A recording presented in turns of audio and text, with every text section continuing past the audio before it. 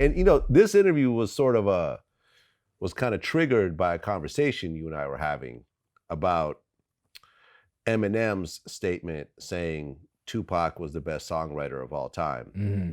And Lord Jamar not agreeing with that. Right. So let's talk about that for a second.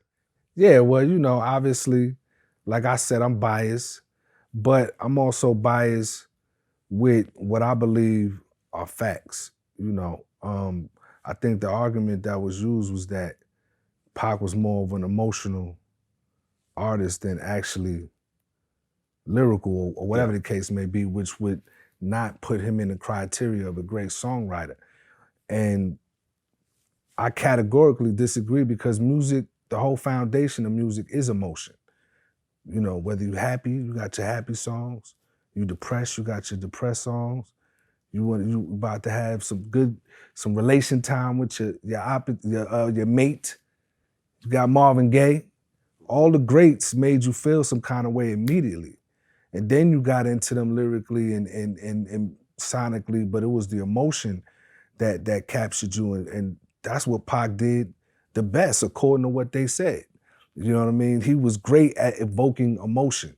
You know what I mean? And then lyrically, I mean, he's probably one of the most quoted artists of all times. You know what I mean? He has bars that are still being quoted. Memes are still, hundreds and thousands of memes being made to this day. Like he's at home posting himself. Right. You know what I mean? So the argument that Eminem has, I could see why he would say that, because as an artist, I'm sure Eminem would rather you feel something from his music and then trip off of him lyrically later. That's what I believe.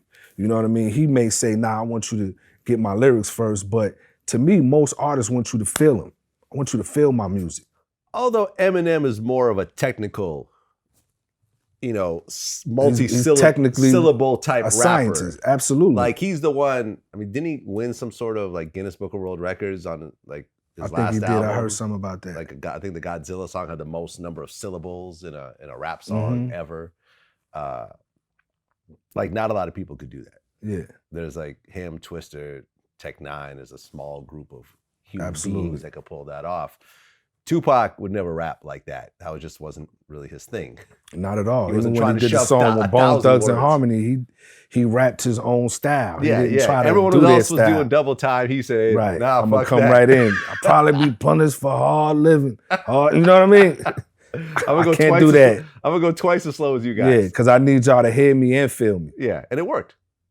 And it worked. And you're right. I guess the best songs are emotional songs. That's what music is. No Woman, No Cry. Not a lyrical masterpiece. Not at all. On a piece of paper, that's not going to blow you away. Right. Anyone could write that.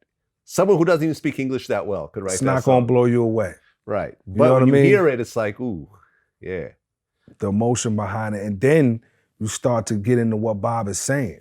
And that's what makes him one of the greats. Because you're like, wow.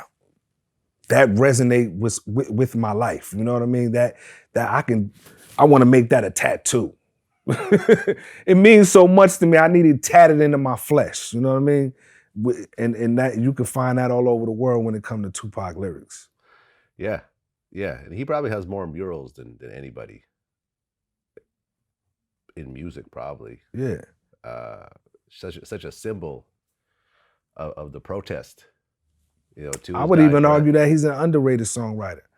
You know what I mean? With the even with the accolades that he got and the millions of fans that he's got, I would even argue that he's underrated because his range is another thing that I don't think people really pay attention to. This is a guy who wrote Dear Mama and Hit 'Em Up. Like how extreme of emotional spectrum is that to be under one artist's catalog? You know what I mean? Most artists stay in a lane and they comfortable there and they do not venture out at all, especially when it comes to hip hop. Biggie stayed in his lane the whole time. The whole time.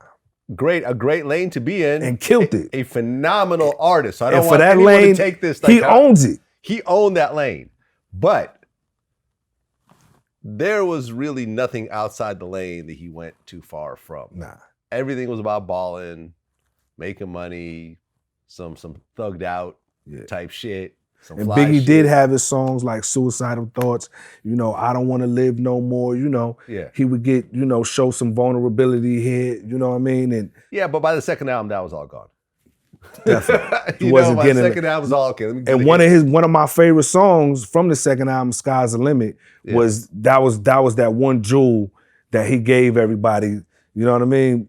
And even in that songs, Biggie is still, the centerpiece, the winner. He's the, you know what I mean? I made it out, check me out, you know what I mean? And killed it. That's my favorite Biggie song all time, Sky's the Limit. Yeah.